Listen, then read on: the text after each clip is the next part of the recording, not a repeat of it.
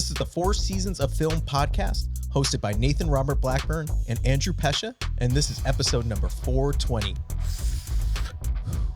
What have we been watching lately? Asteroid City, You Hurt My Feelings, plus a whole lot of stuff. Enjoy the show,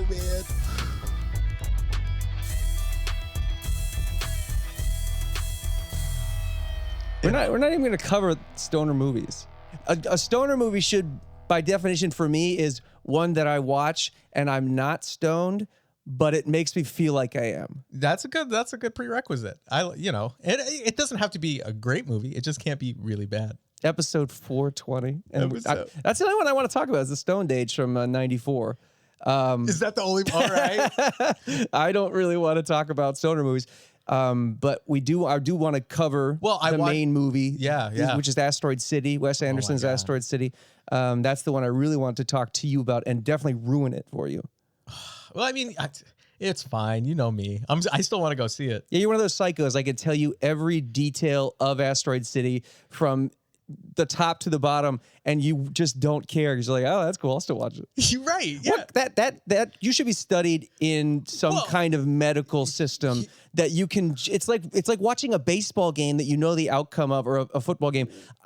It's like books. You have to Clockwork Orange me to watch a baseball game or a football game that I already know the outcome of. That's ridiculous. It's like a book. Somebody could tell you about a book that's came out a while, so the ending's like, all right, whatever. You can no, they couldn't. That's the whole point. It's like your own little. It's your own. Still seeing it through your eyes, your experiences. But you know what's going to happen. There's no mystery. But yeah, it's how. You know what it is? It's because you don't have an imagination. I do have an imagination. No, yeah, you don't. I do. You don't. You don't have an imagination. I imagine you have respect for me right now, but obviously I'm wrong. You'd be way out on the ledge on that for that expectation. I bet as a kid you had other kids color your coloring books for you, and then you were like, "Here, teacher." I like coloring. Here, teacher. I did it. Here's 50 cents there, Greg. Thanks for doing it. We're a movie podcast, by the way. Yeah. So yeah, we'll get into Asteroid City. I watched a new movie called You Hurt My Feelings, starring Julie Louis-Dreyfus also, which was at Sundance, but we didn't get a chance to see it. Those are the only two new movies that I saw this week. Did you watch any new movies? I watched Are You There, God? It's Me, Margaret. You were supposed to watch that with us. I know, but How rude. I watched it. How rude. Why did you watch that movie? What? Somebody I wanted to watch it with me. Oh, you watched it with somebody? Yeah. Okay, that makes more sense. Yeah. So I wasn't. It definitely wasn't me, by the way, audience. I did not want to watch it with him. Well, from your comment of, All right. Anyway, new movies. Yeah, I mean, I've first time watches, but no. You're shuffling through like you can't remember what you. This is why I love this. I'm trying to see how far back we're going since we had Paul on. Since we had Paul on, the last movie we covered was Moonage Daydream. Oh yeah, gotcha. Yeah. And a couple other movies. Yeah, I forget what I talked about already too. It's only been like 3 weeks. That was my impersonation of you. It sounds just like you. We couple of movies. Costanza. That is. So let's talk about Asteroid City. Yes, tell me all about. I'm excited. The Wes Anderson's new movie, newest since The French Dispatch. It was about. Well, you know what? I'm not even gonna. I don't even want to look up the IMDb description for this one because it's so hard to summarize what it is about. Okay, so I'm going to take a stab at it and go over your Dickensian head. By all means. By all means, lead the way. Okay, so it starts with a writer. No, sorry, it starts with Bryan Cranston as a TV journalist, and he is setting the stage that the story you're about to see is completely fictitious. It was made up by this man, and they show Edward Norton, who is a writer a la Tennessee Williams or William Faulkner. He made up the story called Asteroid City, and it shows him, and then you go from him typing to into the story. Okay. Asteroid City, and then you're totally immersed into. Now they're taking it seriously. Now we're in the movie. Okay. And the movie, it keeps cutting from the movie reality to the writer's reality, where he keeps meeting inspirations for the characters you're seeing throughout the movie. Okay. Like, for instance, this milkman comes to the door when he's writing, and you've already seen Jason Schwartzman in it. And so you cut back to them meeting, and you go, oh, that's where he picked up this mannerism from this guy. And okay. He eventually meets pretty much all the cast members after you've met them or before you've met them. And it's pretty interesting to see how he turns them into characters inside the story of Asteroid City. And inside the story of Asteroid City, which is the mainframe of what's going on, it's about a family that their car breaks down in this place called Asteroid City, where there has been a famous crater for years, and the FBI's the government's there doing a bunch of tests, obviously for aliens, and you know why. Right, yeah. And then they didn't Indiana Jones it, right? Well, an alien, it has to do with aliens. Really? Okay. Yeah, you're talking about the Kingdom of the Crystal Skull. Yeah. Well, yeah. It was way more tasteful than that. Okay, thank you. Okay. Yeah. Okay.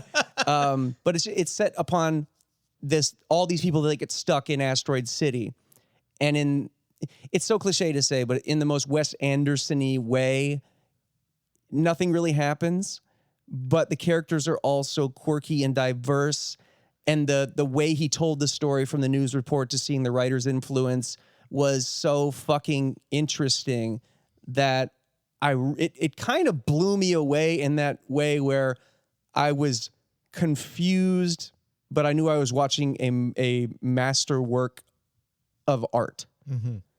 And fans of Wes Anderson will love this movie. Non-fans of Wes Anderson will fucking hate it. You think so? I absolutely do. This one's not bridging any gaps. For me, when you were talking about it, it sounds like it's like Grand Budapest plus Midnight in Paris, but Wes Anderson style. Not at all. You're so wrong. You're absolutely wrong. I haven't seen the movie. I'm going on a limb here. Well, maybe that's my fault. It's the inception of it. It's like the movie. It's like the story within the story. I get it. Yeah. It's more like, I'm going to throw some names at you, like Kirk Douglas. I know Kirk Douglas. Thank you. Personally? Not personally, but he's dead. Yeah, I know. He's Michael Douglas's father. It's Spartacus, man. Okay. That's good. That's good. Yeah. Ace in the Hole. Okay. 1950, I think. I have not seen that. You never seen Ace in the Hole? It's one of the best movies. Right. So that's definitely one of the best movies Billy Wilder ever did. It's about a newspaper reporter that's going to get fired, and he's out west, and this guy gets stuck in a hole. This worker gets stuck in a hole in the desert, and he can't move, he can't get out. And the reporter creates the story that it's worse than it is and keeps him in the hole for longer. So the media circus gets bigger and bigger. Is he going to survive? Is he going to survive? Is he going to survive? And he's literally putting the guy's life, in his hands, Kirk Douglas's hands. It's really fucked up. Maybe I've seen a little snippet of it, because it sounds very familiar. In Jersey Boys, there's that line where Kirk Douglas smacks a girl. And in Jersey Boys, the guy's like, I can't believe she didn't cry. And the guy goes, big girls don't cry. Oh, I know the exact moment of Jersey. It's so cheesy. It's just like Walk the Line. You don't walk no line. And then they write a song about it. It's just like in Ray, hit the road, Jack. What'd you just say? That's how it happens. That shit drives me crazy. That's how it happens. The magic. I stubbed my toe. Give me that guitar right there. I got some inspiration. But yeah, the reason I say the Wes Anderson fans, non-fan part is because I wasn't aware that his style was alienating people. I just thought over the years, his style has morphed from a more traditional way of filmmaking, a la Bottle Rocket, of course, that's his first one, but then Rushmore or Royal Tenenbaums. I don't really know when the transition totally started, but I remember seeing Grand Budapest, and I remember thinking, wow, this is very kind of, the visual style is very uniform. It's like perfect 90-degree angles. You could measure everything in his frame with a protractor, and it would, I'm guessing it would be perfectly measured frameage. And I think that's alienating for a lot of people. And even I'll say it's alienating from my eye that takes me out of the movie, but I enjoy it because I think it's something so different and so unique. But this time, because I had heard so much backlash over his style, and because of all the memes you see lately, everything, this is the Wes Anderson filter. It's kind of like when the Ken Burns photo filter came out on editing systems and stuff, where he zooms in on and does the little movement. Yeah, it's like that. And people, they kind of make it a joke, which is very useful, people, in anything you do. I don't use it. You can do that yourself if you learn. But his style is that now, and I will say I do prefer his earlier work visually than this stuff, but the storytelling of his later work or his present work, I just think it's like it always is. It's just so fresh and so unique. And this one definitely had a more European feel to it, where he didn't really feel that there was a need to tell a beginning, a middle, and an end for dramatic purposes, just more of a character study and the way an artist comes up with his characters. It was so dense, and that's the real triumph of this. And then there's the visual style, which I thought was incredible because of the color palette choice and the shot framing. And it's just so intricately designed. It must have been so fucking hard to film. But it's one of his it's one of his best films. But I say that he doesn't have a bad film though. Right. He's one of those. I mean, he only gets better because he is an artistic genius. And he has creative license to do whatever the fuck he wants. So, and I think it's actually going to be a good thing. I mean, if you could say anything, maybe his least favorite film of mine maybe would be The French Dispatch, just because I'm not a big fan of chronology films like that. Yeah. Chapters that don't really have anything to do with each other, because then you're constantly going, oh, I like this one better than this storyline, and this one versus better than that one. But if that's my least favorite one, geez, I don't even want to say it's my least favorite one, because that's how much I admire this writer director now. Yeah, mine. It would be, I think, Moonrise Kingdom for me. Oh, fuck you! I've only seen twice. That is such such an underrated movie. It's like, it's such a portrait into childhood. I mean, my parents saw that and they called me and said, "Have you heard of this movie called Moonrise Kingdom?" And I said, "Yes, I love that movie." And they said, "We saw it, and that is exactly how our childhood was." That one connected with people on a molecular level, like, holy shit.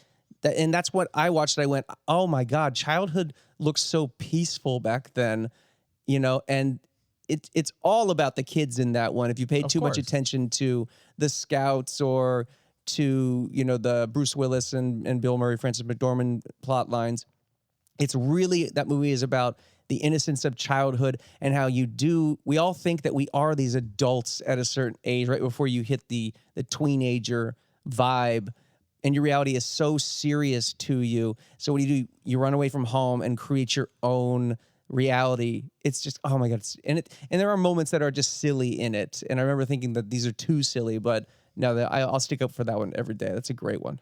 Yeah, nice. It changed my mind. Still, it was beautiful, man. But Asteroid City, you see it. I think you're gonna like it. If I'm Andy's brain in it, there might be less going on than you would have liked in the movie. And I know you're a Wes Anderson fan. Like there's less going on than the Grand Budapest, but the concept is higher, and it's funny. It's quirky. It's Wes Anderson. I don't know it's going to be your favorite, but I think you're going to go, I really liked it. Okay. Well, that's an endorsement. There's no way you're walking out and going, that was 2 hours of bullshit. Yeah, no, of course. Sniff your farts, Mr. Anderson. No, man. I do enjoy his movie. I wanted to see this. I'm jealous I haven't yet. I think we're talking about it. Schwartzman's never been better, by the way. I've always liked him as an actor. I mean, you can't do Rushmore without him. He's so fucking good in that. And then he's so funny in a movie like Funny People. Yeah. He's got comedic chops. He's a good dramatic actor. Never mind the nepotism. Yeah. I wish there was a story that I just heard somebody say. They asked Jason Schwartzman where he was from. They were filming a movie in New York or somewhere that wasn't L.A. And famously, he's from a famous family and he's from L.A. And instead of saying Los Angeles, he got this shameful look and said, like, west of Sunset, north of Highland. That's amazing. Like, he knew that he was like, I'm such an asshole. I can't just say LA. They know. Yeah, right. Like, but at least he has a good sense of humor about it. Yeah, that's good. I loved him too. Yeah, I just yeah, man, I want to see it. I'm just so jealous. This was You're so jealous. Oppenheimer, Asteroid City. Those were the two movies I was looking forward to this summer season to go see. Oppenheimer and Asteroid City? Yeah. Okay. I mean, I'm definitely looking forward to Oppenheimer. That's got all the tenets of a me movie. It's history. Oh, yeah. It's me too. And, you know, what if it's like Tenet, though? What do you mean? I love Tenet, but I'm saying, I hope it's, we have the history, Christopher. Please. We don't have to go back and watch it a second time to be like, okay, now I get the movie. I want to walk out of Oppenheimer and be like, so did they create the fucking bomb or not? Right. Like, I know they did, but did they? I see Tenet 3 times and I still go, that was awesome, but I got no fucking clue what happened in that movie. Yeah. Robert Pattinson's be like, that's the last time I'm ever going to see you. And you're like, is it? I don't know. Yeah. I don't understand. I still don't know what he's doing in that movie. The time loops. Well, you got to go see it. That's great. So we're not ruining Tenet. If you haven't seen it by now, come on, please. Yeah, true.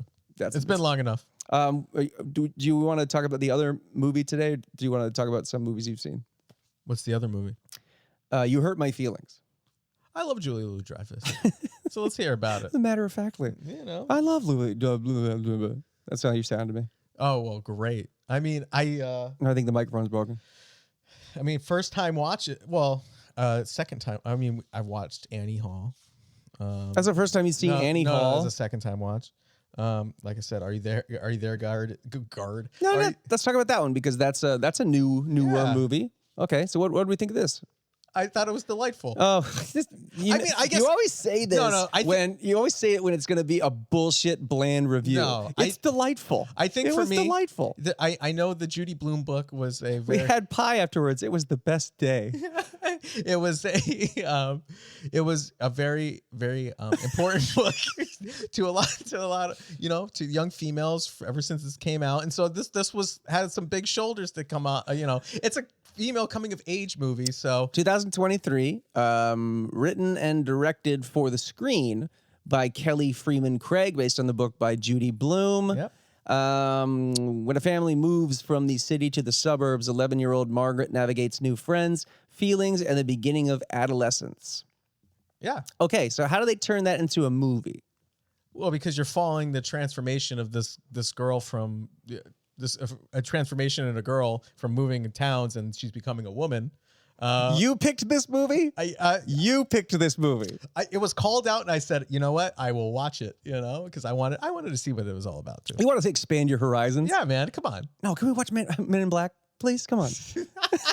How'd you know that was the other movie? No. Hey, I love Men in Black, too. But are you saying? Yep, as well. Are you there? God, It's Me, Margaret does not seem like a movie that you're putting on of your own volition on a Saturday night. That's very true. And that should be the start of this review. Yeah. Although this was not a movie I would normally put on a Saturday night, I was coaxed into watching it. And let me tell you, it was delightful. So that's why I called it out. But what's the movie's about a woman transitioning into adulthood, but what's the drama of the movie? Well, she's moved town, so she's getting to this new circle of friends. They have a secret club. Where Babysitter's Club, they have to wear bras to the meeting. They have to tell each other when they have their first menstruation, which is a big theme in the movie. I would have loved to have a hidden camera on you when you this is just making me so happy. Yeah, and so there's drama between the girls because it's like a little bit like it felt like Mean Girls. They took a lot of ideas from because it was the Judy Blume book. A lot of ideas from the book that you see in Mean Girls. In Mean Girls with Lindsay Lohan? With Lindsay Lohan, written by Tina Fey. Okay. So she's transitioning to adulthood, and I still don't get with the drama. Is it just how much being like a teenage girl's hard? Well, but then also, so the family moved to California. One's Jewish, one's Christian. Different religions, though? But they don't practice anything. So now the in-laws are coming over, and so she's dealing with becoming a woman. They want one side to be Christian, one side to be Jewish. Are this like the Brady Bunch? Did they come together from divorces or something? No, it's just two. They got married. Wife. Yeah, the father-in-laws and mother-in-laws on both sides. But it's about the girl. Yeah, but it's about the girl. But there's the story between the mom too, because she hasn't talked to her parents in like 10 years because of their. Make it exciting for me. Make it exciting for me. It just not so exciting. And by the way, I bet this movie is excellent. It's just, come on, excellent, Andy. Man. Come on. You know, I'm just trying to give you the fact. It sounds a little like The Fablemans, I'm just going to say. But with less cinematic magic. The Fablemans isn't about... People miscategorize that movie as if it's about filmmaking or something. That is a family drama movie. That is. The Fablemans is about family drama. It just happens Steven Spielberg is the son. Yeah, I've seen it 5 fucking times. Yeah, baby, we're gonna watch it tonight. God damn it, no. It's dude. All because there's like 10 minutes of a filmmaking storyline. I'm like, let's do this. I know, man. You kept saying it over and over. Let's put on the Fablemans, man. And I see Rachel McAdams is in this. And she's the mom. She's one of my favorite actors. Benny Safdie's in this. He's the dad. He's the dad, yeah. He's getting a lot of acting roles. I noticed lately. that too. Licorice Pizza, he's popping up in Oppenheimer, I think. Actors, man, they got the good fucking life. It's easier than making the movies. Yeah, that's probably true. But he was also in Good Time. He was the brother in that with Twilight guy, Robert Pattinson. Yeah. I just mentioned him at Tenet, and I don't know his name. That's Hollywood, baby. I'm over you. One day you're a star, or one day you're not. But yeah, he's a fine actor and a great director too. Yeah. The kids. How were the kids? Because kid acting can make or break a movie. This was good kid acting. The kind of like the one girl in the group. She that's like kind of the mean, like the mean girl. Yeah, the mean girl. She did good. There were some times I'm like, but it's just. I'm like that with you. So. There's talent there, so you just got to keep honing your craft. Listen to Andy. Jesus Christ. What do I know?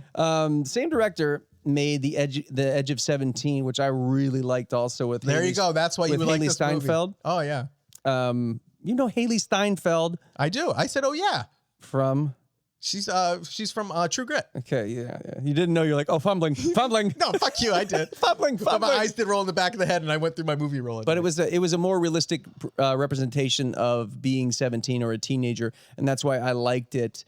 And also, your movie that you're talking about seems like it was a more realistic version of females growing up. Yeah, which it would have to be if it was based on the Judy Blume book, which I never read because it wasn't like available to me. Nobody said read this. But I always think it's very important that if that's a huge book in every woman's life, don't you think you should give it to everybody? Because my God, it's like I read Cosmopolitan for God's sake. Right? Yeah, you get the inside track, man. We all did. I want to be a better lover.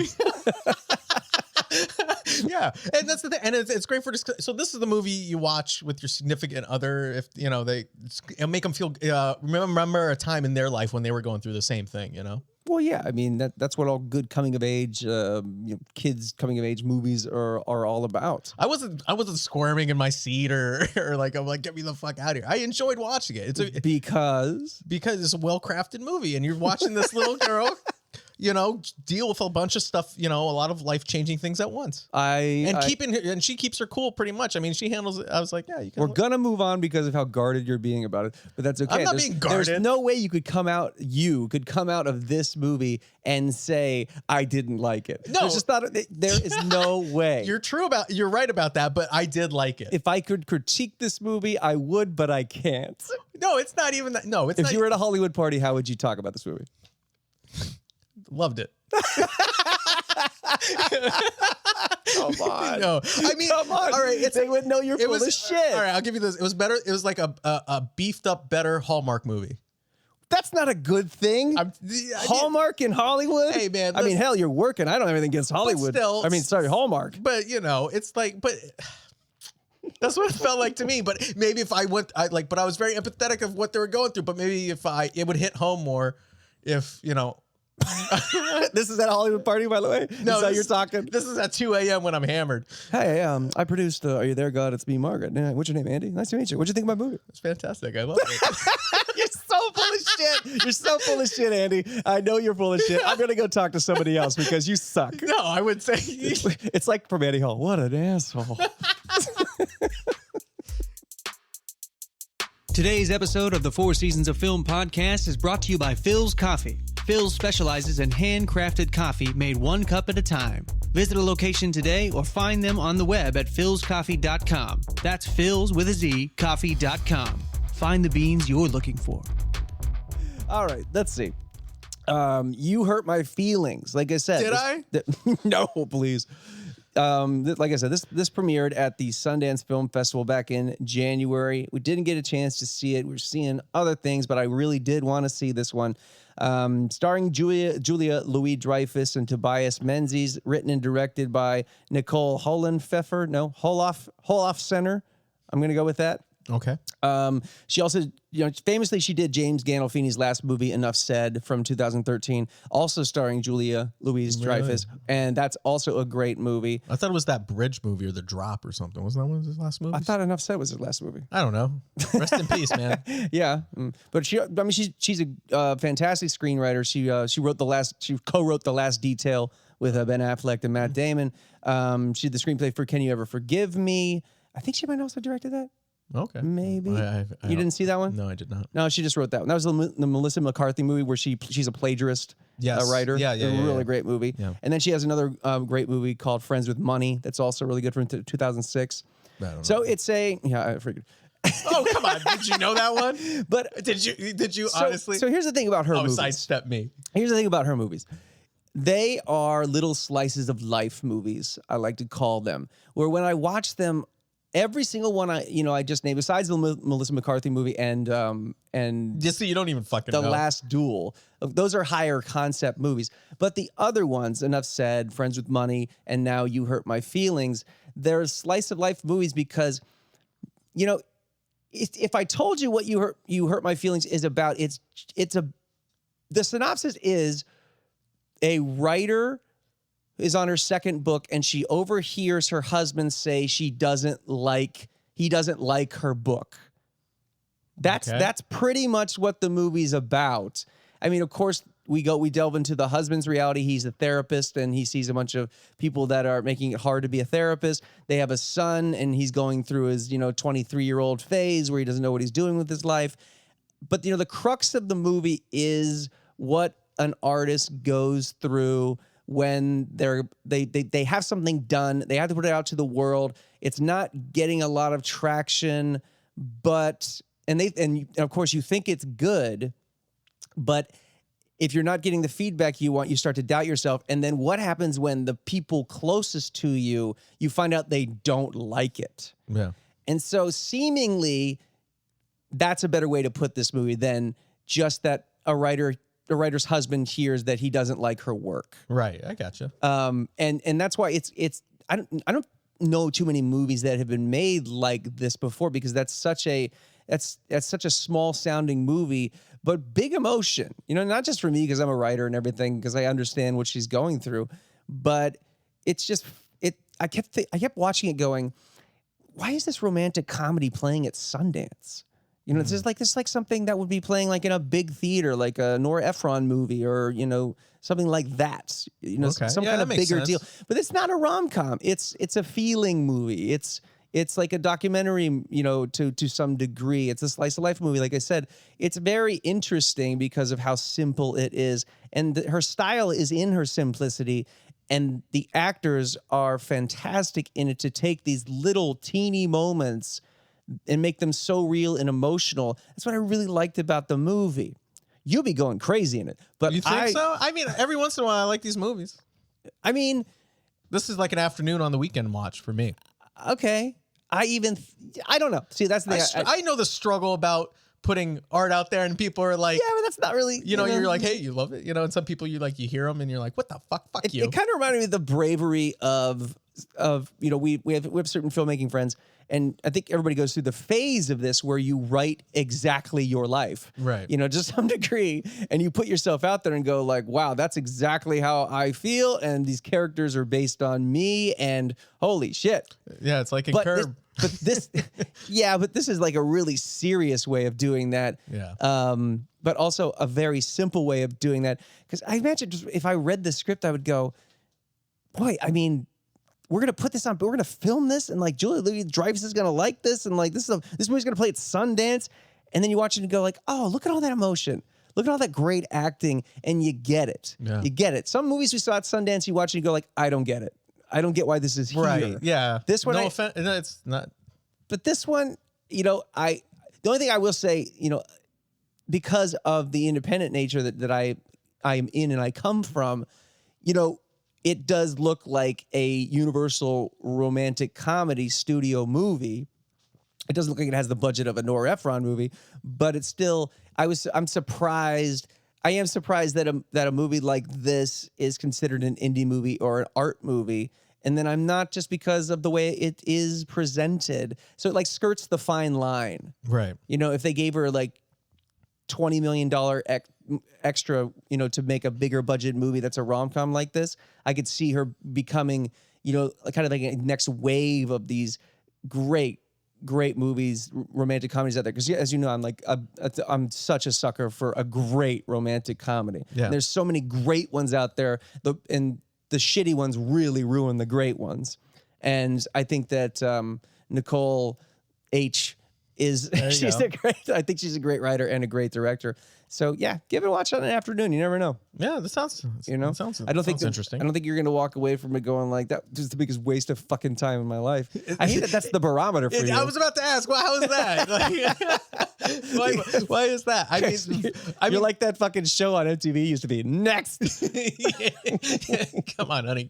Bring in the next one. Mm-hmm. Yeah, okay. No, hey, man. I watched Danny Hall the past time, you know, like, hey, man, I'm rom-com fucking king now. Kind of the king of the rom-com movies, or the queen, as it were, I guess, Annie Hall. But there were romantic comedies, you know, throughout Hollywood before that. But that one really broke a mold and did something completely different that, you know, everybody that sees Annie Hall goes, I didn't know you could make a romantic comedy like this. Yeah. I mean, we even watched it with Jules lately, and even you could tell she's going like, I had no idea. Yeah. That this was told this way, or it was about this in this style. And that's what's so fun about Annie Hall. You know what my first rom-com was? First rom-com? What do you mean? I remember watching that. I was like, oh, that's a romantic comedy. You remember the first romantic comedy you ever saw? Yeah. I can't even pull that. It's just because of the song. It was Mannequin because it was on HBO. Oh, yeah. God. Hey, man, great fucking song. Nominated Starship, Bay Area. I only saw Mannequin maybe last year or the year before that for the first time. When you're 5 or 6, who cares? God. I love Andrew McCarthy. Is it Kim Cattrall? Yeah. I love Kim Cattrall. And then I wish I had the actor's name who played the designer in the movie, because he was the best part. Yeah. He was hilarious. Oh my God, I'm gonna look him up. Yeah, you have to. But that movie, that's just great. The movies, 80s, man. Yeah, it's not. No, there is great 80s movies. That one is pretty shitty. Is what it is. I think it was made probably like 87. See, that's the thing. There's great bad 80s, and then there's Mannequin. Oh, that is not a great bad 80s. That is totally in that category. There's way worse movies that would go in that category. It's just, listen, you know, think about a movie like this is more decisive for me than the fucking Marvel movies, man. It's Mannequin. Who hates Mannequin? I don't hate Mannequin. I'm saying it's pretty shittily put together. Like a mannequin. But it's kind of lazy in its design, and mannequins just stand there all day. What's the movie with the girl that poses the boy, and she's a writer and she goes to high school? Poses the one of the guys. Just one of the guys. That is a perfect example of a great 80s movie. Yes. Because it's, no matter what, they didn't pull any punches. They filmed that story. All right. In Mannequin, the way that they tried to disguise the mannequin coming to life versus going, back to that's too much for me. And then the story is terrible. It sucks. The story sucks in Mannequin. And I'm not she's an ancient Egyptian princess that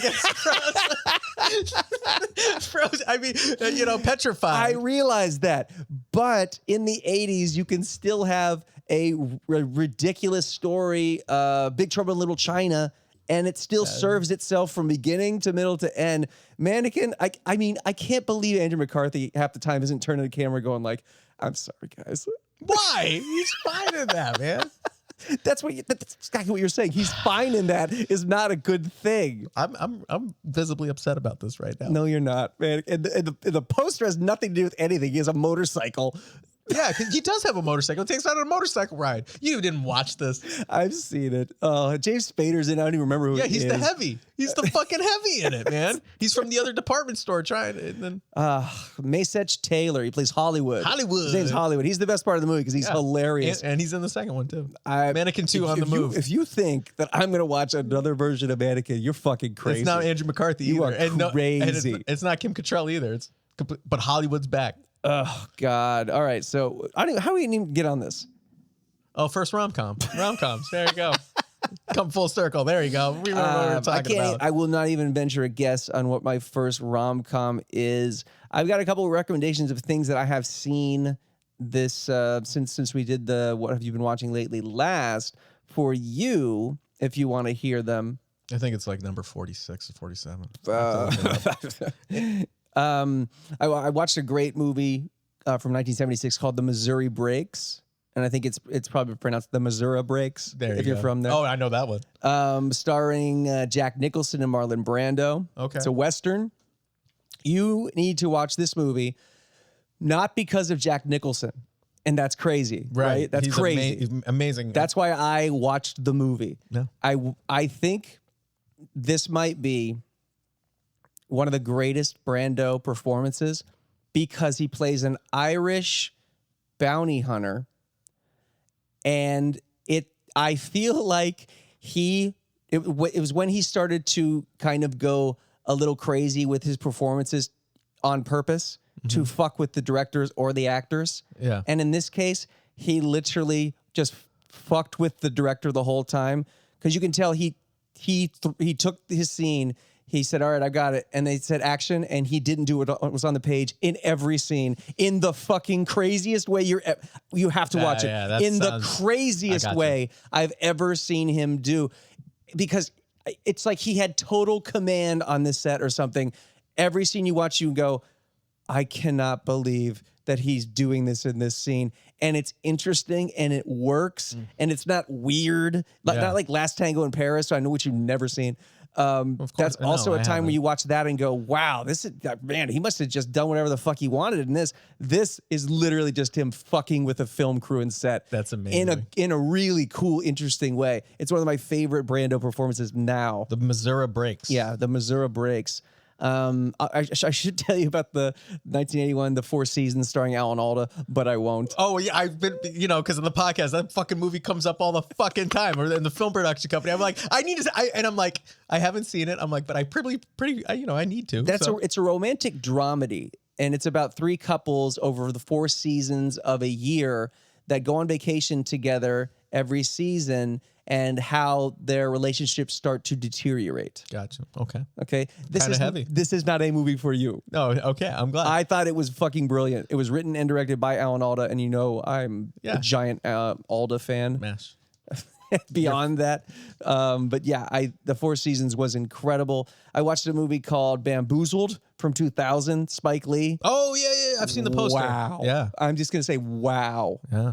Okay. This was an incredible movie. Spike Lee decides to bring back minstrel shows in the year 2000, and an executive decides to pitch it and put it onto TV and do the whole blackface thing with everybody, just like it was a minstrel show back in the early days of Hollywood. And they agree, they greenlight it, and it happens, and it becomes very popular in society.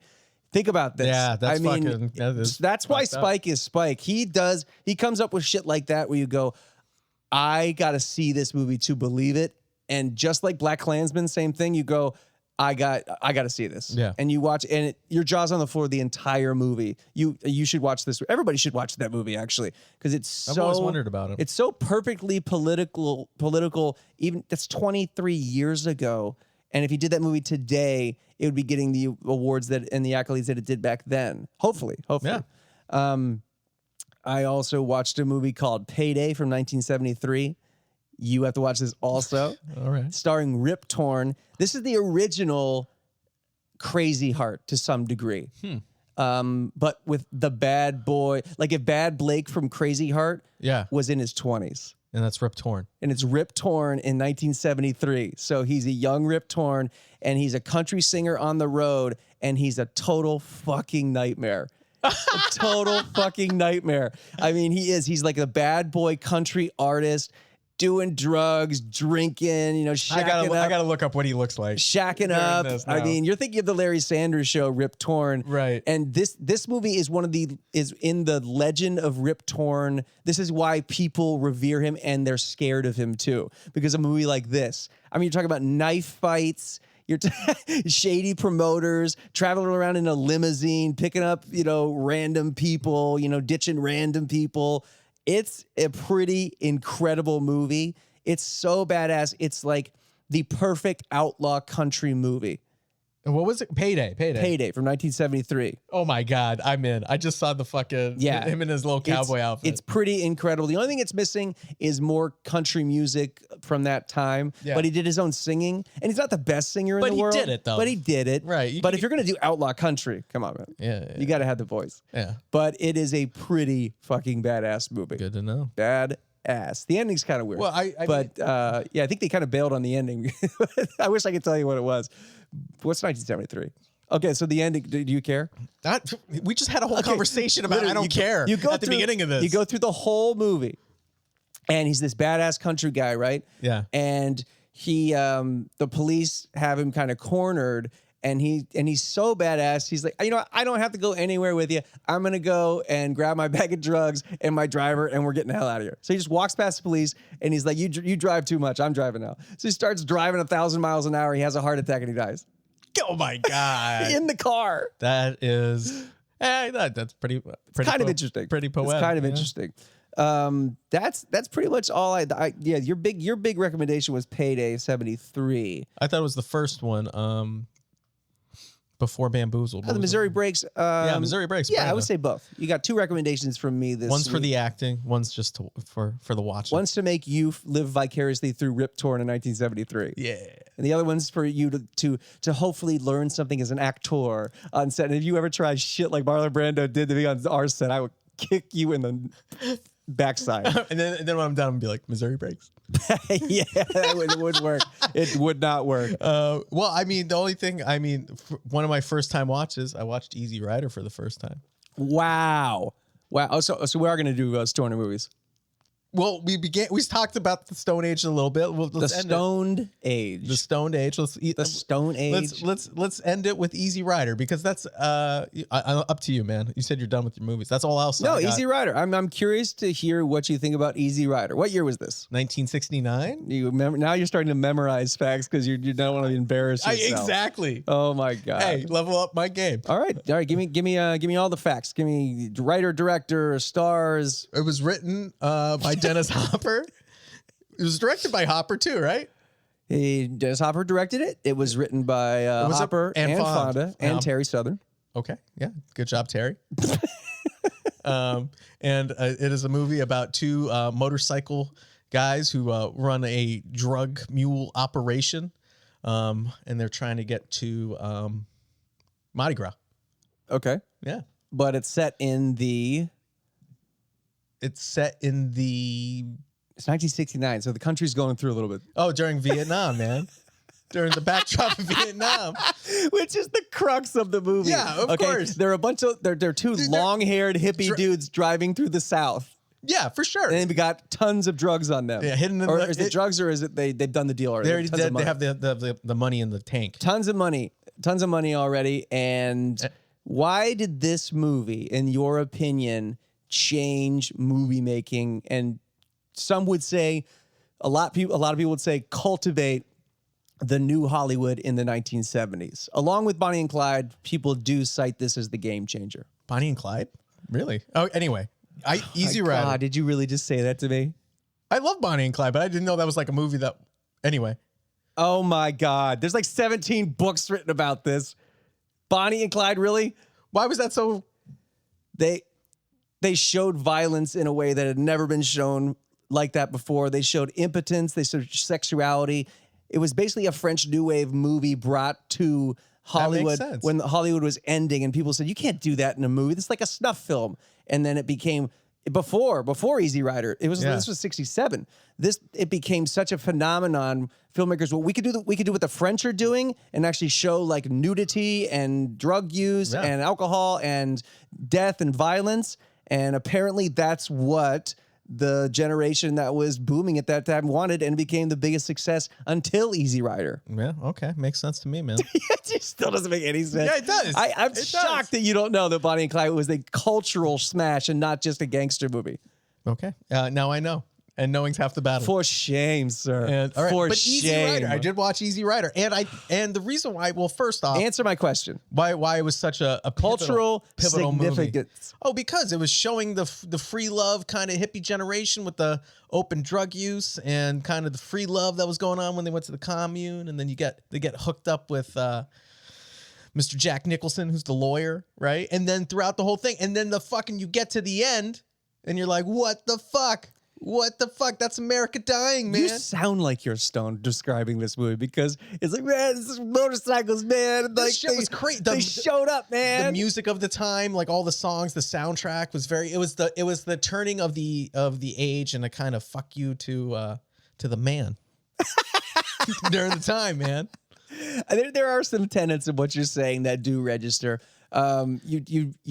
You miss out on the filmmaking aspect of it. Yeah. I mean, it was just a couple guys grabbing some 16mm cameras and traveling around to actually find Mardi Gras. Right. And, they were, doing drugs themselves. And famously, Dennis Hopper was one of the more manic directors of all time, screaming at everybody, losing his fucking mind. Well, yeah. Doing he's fucking on LSD and fucking. Then they're really on LSD in the movie. I mean, that scene with Peter Fonda, talking about his mother, that was really him tripping out, and Dennis Hopper like saying, "Talk about your mother," and his mother had committed suicide. So it's really about really him freaking out on acid. I didn't know that. Yeah, wow. Talking about his fucking mother.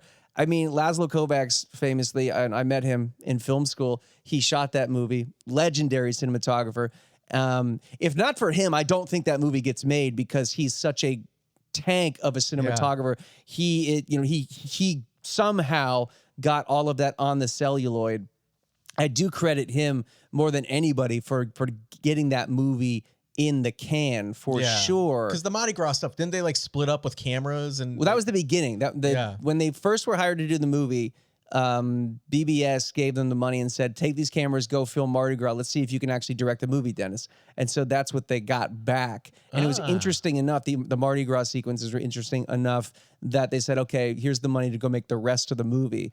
And then the rest of the movie looks drastically different because Laszlo Kovacs comes in. I'm not sure that he didn't shoot the Mardi Gras stuff, but the rest of the movie looks totally different to me than the Mardi Gras stuff. That's how I knew. I was like, oh, okay, that makes sense. I remember the story of that. So. And I think if the most important thing besides culturally that movie introduced us to, it gave us Jack Nicholson. Oh, for sure. And he's so fucking good in that movie, and he's. He basically hadn't been in much, but that's when you looked at the movie and you could tell he's going to be a movie star. Oh, for sure. He was so magnetic, that smile. The two scenes, the scene in the jail and the scene in the when they're trying to get him to smoke grass, Yeah. Oh, it's just the best. Oh my God. I can't believe I haven't seen that movie till, the last week. Double for shames this week. Double for shames, because you're asking me what are the most famous stoner movies, and I episode 420, man. I just saying Easy Rider and going like, oh yeah, I haven't seen that. What? You haven't seen Easy Rider? But I've seen Easy Rider, Raging Bull, and the other Hollywood. God, it's just so embarrassing. You're an embarrassing friend to take to any function where there are actual film people. Hey, man. No, I'm not saying that Hollywood people. I'm saying when there's anyone that actually cares about movies. Right. Well, that's the thing. This is my friend Andy. He's ignorant anyway. Wait, no, it's not that I'm ignorant, man. This is my friend Andy. He didn't know shit about movies. Just got to say that if I take you in there, that's what I usually say. Oh, is that? Yeah. No, it's like, hey, this is one of my producing partners. No, it depends on where we go. Yeah, come on. Depends on where we go. And that's all they need to know. Producer, fine. Oh, he's full of shit like them all. He must be a huge fan of DeSica, and he goes, yeah, I loved it. Yep. It's a guy. Yeah, love his work. Oh, it's just so embarrassing. Well, you saw Easy Rider. Good for you. Good for me. Whatever. Just, hey, you got sometimes some movies, I saw Easy Rider for the first time. I learned your hatred of Mannequin for some reason. Dude. And I want to go see Asteroid City. I say today this was a success. I got to the end of Mannequin and I went, that was it? You're still pissed. Look at this. Nobody mentions Mannequin. Nobody mentions Mannequin. I liked Police Academy more than Mannequin. Goddamn right. And you know, that says a lot because think about the plot of Police Academy. Be it there was a plot of Police Academy. There was not a plot of Mannequin. He's trying to find love, man, and not fuck up. He's not trying to find love in that movie. He's trying to keep his job. And then he finds love in the male process. fantasy is this naked mannequin comes to life and I get to have sex with it. That's what the movie's about. Well, when you're 6, I think that's pretty Weird important. science. I don't like that movie either because it's like, we should just make a woman. Yeah. For what reason? Well, come on. I mean, come on. Yeah. Don't give me a movie that's just, come on. That's Mannequin. That was part of the 80s, man. Adventures in Babysitting. You watch that movie. That's a genius 80s movie because the plot is excellent. Yeah. The plot is excellent. Okay? I agree. There are 80s movies that it is ridiculous also. What happens to them is ridiculous in that movie. 80s movies are ridiculous, but the best ones are when the plot is awesome. Ridiculous and awesome? Yes. Without awesome, what is Mannequin? Ridiculous and good. It's not good. It's not good. Weekend at Bernie's. I don't think it's an 80s movie, is it? Is it 89? I think it barely makes it. Weekend at Bernie's is a ridiculous plot, but it's awesome. But it's an awesome plot. That is one of my favorite comedies. They never fake it. Nobody ever sees Bernie getting hit in the nuts or falling down or whatever. They're just like, oh, he's obviously drunk. Yeah. The only people that see it are the two guys that don't want to get shot the whole time, and they have to put up the facade, and they do it excellently. Yeah. Excellent. Bill and Ted, another great, awesome 80s movie, but the plot is awesome. We're talking about this genre of rom-com. Bill and Ted's not a rom-com. No. Weekend at Bernie's is not a rom-com. I'm talking about 80s movies. I'm talking about rom-com. I don't give a shit about rom-coms. Yeah. Mannequin's not a rom-com. Yeah, it is, man. No, it's not. It is. It's not romantic, and it's the cold plastic feeling of love versus it's not romantic, and it's barely funny. I know, yeah. Take it and shove it up your fucking ass. I'm tired of talking about this with you. It's one of those things. Let's just agree to disagree. I remember somebody saying it's like it's these childhood movies that people they talk to me about. I remember somebody saying Popeye was so good. I loved Popeye. I love Popeye. I love Popeye. This sounds familiar. And I never saw Popeye, the Robin Williams version. Obviously, I think that's 1980, isn't it? Okay, so some year. So for years, when I never watched this again, I don't know why this is so popular with people that say Popeye was their childhood movie. It was so great. They love Popeye. And I watched Popeye, and it's one of the fucking hardest movies to get through I've ever watched. By the time that fucking octopus shows up, I was screaming at the screen. The songs, the sets, and Robert fucking Altman directed this. How much cocaine? Robin Williams and How Popeye. much cocaine was on that set? Shelley Duvall's olive oil. A hurricane literally blew down the set in Malta, and they just went, wow, I just need like 20 more million. They did it. That's Hollywood, baby. That's Hollywood in the transitional cocaine years is what that is. God, holy shit. But it is like there are some of these movies that are childhood favorites. People hold them up like they are the holy grail of movies. You have to come to terms with how shitty your taste was when you were a child and just say, no, this is a bad movie. I like it because I saw it then and I've seen it a million times. I guess when we watched this movie a couple years ago with Mannequin, we had 2 different fucking viewing experiences. Ooh, wow. God. No, we did not have to. You just can't grow up and I can't grow up. You can't. No, your taste needs to grow up. My taste does grow up, man. Your taste does grow up? That doesn't make sense saying that. It did grow up, man. Why do you guys get an argument at the end of the show? Because Mannequin sucks, just say it sucks. No, I'm not. No. I am not.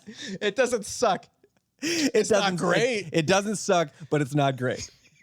I'll give you that. Because you know what? No movie sucks. I hate sucks. Everything sucks. It doesn't suck, but the way you're framing it is that this is going to be the Smithsonian someday. But you know what the fucked up thing is? A lot of people see Mannequin. A lot of people have seen Mannequin. And this is probably more of a decisive movie than... They made a fucking sequel.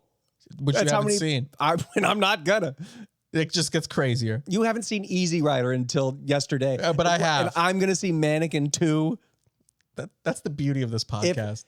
I don't know what it would take for you to put on Mannequin 2 and for me to watch it. Again, Clockwork Orange me. I think I would actually I don't think I'd probably die watching it. Really? If I was Alex. What if I was like, hey man, here's a nice bottle, nice bottle of whiskey, but the only way you can drink this bottle of whiskey or scotch is you got to drink it. I'd drink the whole thing down in one gulp, throw up and pass out until the next day when I would say, hey, how was it? And I'd still watch Mannequin too. So I fucking win-win either way, man. Oh God, I can't believe we wasted this episode on Mannequin. No, we didn't waste it on Mannequin. This is unbelievable. I can't believe. And I love Andrew McCarthy. Yeah, I love him. I love Kim Cattrall too. And when he's the best version of Andrew McCarthy is in something like Weekend at Bernie's when he plays like a schlub or like the cocky, arrogant guy. But he's still really awesome in something like Pretty in Pink too, because you're just like, oh my God, Blaine. But I also love Ducky in that movie. He's like, Blaine? Yeah. Is that a name? Pretty in Pink, great movie. God damn. We could do a whole episode on John Hughes movies someday. Well, I also watched The Breakfast Club too. You watched that recently? Yeah, it was just one of those movies I was putting on and kept falling asleep to at night. That's not really watching, sir. But I did get through it. Yeah, I've seen it a million times. And getting through it is not really what you want to say about a movie that's as good as The Breakfast Club. Oh, I love that movie. That was another. The only thing about The Breakfast Club, I'll say. What is it? When Emilio Estevez screams and the thing and they shatter the glass. The whole movie is so banked on reality. That's very strange to me. And Bender doesn't come in, even if he was smoking with the janitor. They still would have heard that. They heard the glass shattering, and then they just go back to talking. It's the whole conceit of the glass thing. It just doesn't. It doesn't make sense in the reality of the movie. It makes me think the script had more moments like that, but they cut them out. Yeah, and the pitch he was screaming at would not do that. Thanks, audio engineer. Just saying. I mean, Whitney Houston was in there. No, sorry, it's Mariah Carey. She was in there. It would break the glass. Yeah. All right, well, let's get out of here. Thank you, Andy. That's what we have been watching lately. Definitely go see Asteroid City. You can stream You Hurt My Feelings.